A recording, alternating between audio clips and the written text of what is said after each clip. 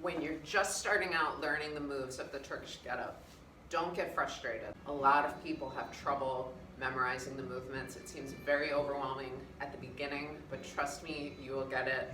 This is 5 pounds, and you just need to remember which hand goes where. And when you hold nothing, it gets more confusing. Remember, we're gonna karate chop the floor kind of isometrically toward us. And this is used to roll the hip up and come up to the elbow. You want a nice broad chest here. And we kind of have a straight line from the top of my dumbbell down to my elbow. It is not this. When we do this, especially with a heavy bell, this happens. This leg lifts up, it's ugly, it feels out of control. So really what you're doing is you're rolling to the side and pushing out of your shoulder, your bottom shoulder. And you feel proud like a goddess, big broad chest. From there, you go right up to your hand. Then you're gonna sweep your leg through. Now at this point, what happens, and I'll turn this way so you can see, is I've got a perpendicular lunge situation happening. There's like this triangle thing. So I've got one knee here, and this foot here, and then right in the middle, at a right angle, is that. From here, we close the saloon door.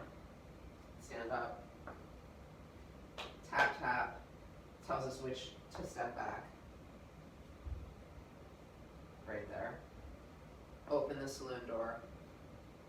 Hips hinge. When I hinge my hips, I'm sitting back towards my heel. Now this hand can come down right under the shoulder.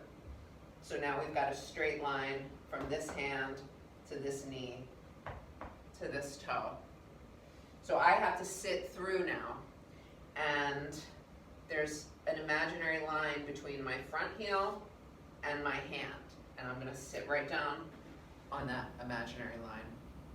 From there, I go down to my elbow, that nice straight line from my dumbbell down to my elbow, staying broad in the chest. I don't wanna curl and become concave. I'm pushing the floor away with my karate chopper, kind of breaking on the way down. A lot of times people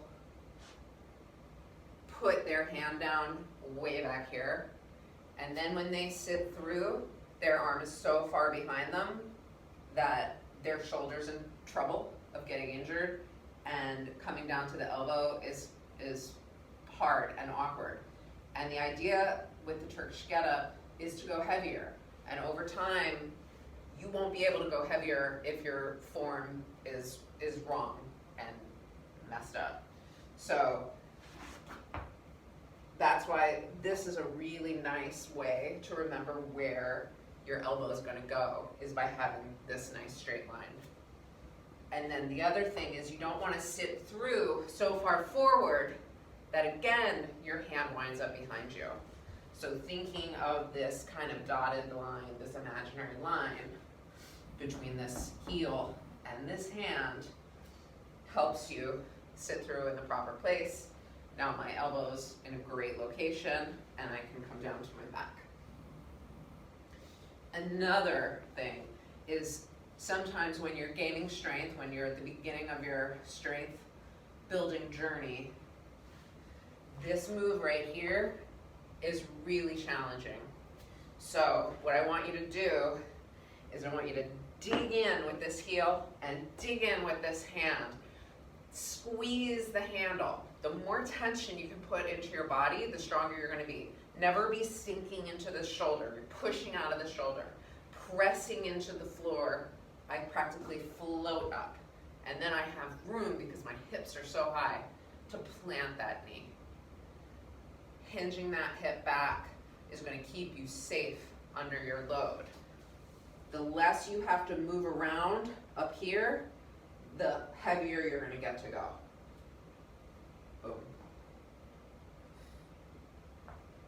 squeezing that handle, pressing the shoulder down into the socket. Looking up at the bell, looking up at the bell. As soon as this hand comes up, I'm going to start looking forward.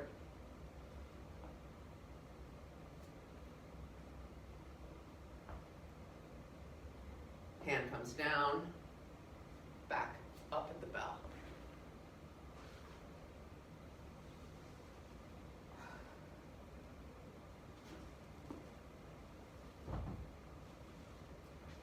You can practice these every single day.